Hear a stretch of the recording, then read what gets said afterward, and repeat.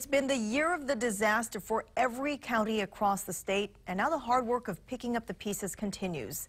Gino Mangieri is always investigating and follows up her Ready for Disaster series from earlier this year with a look at the recovery phase. Mother Nature put Hawaii to the ultimate test this year. All this week, I'm looking into lessons learned about how to smooth out the long road to recovery. The series starts with the impacts on public infrastructure and government response. Floods, lava, fires, storms, and hurricane threats. It's been one hit after another, and in the case of lava, a lingering disaster. The impact part of it usually is over pretty quick. In this case, the volcano took 4 months or so, but we're going to be in recovery for years. Damage affected Hawaii's public infrastructure and pushed government resources to the limit, perhaps nowhere more so than on Hawaii Island, where the disaster itself lingered for months and the recovery will take far longer.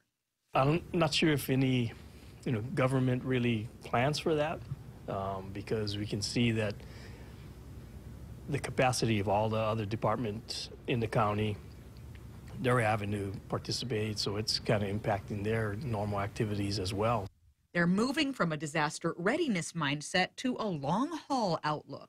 It's definitely a strain. You're going to have, over the course of time, we're adding our capacity in the different departments, hiring personnel specific for the recovery. Public sector recovery on the Big Island will mean potentially overhauling long-standing community plans, deciding what to rebuild, where, and what may never come back. The recovery that we're going to be in now, looking at the zoning, so much people impacted, so much infrastructure loss. Where do we go from here? Kauai is still digging out from an historic storm that cracked and swept homes off their footings. Its new mayor sees changes ahead in how to approach recovery. When you take a look at disasters, the first thing you see mayors and governors do is say, we are going to rebuild to what we used to be. And I'm not necessarily convinced that that's the right thing to do. We really need to rethink how we rebuild, what it looks like, and how we're going to mitigate any future disasters as well.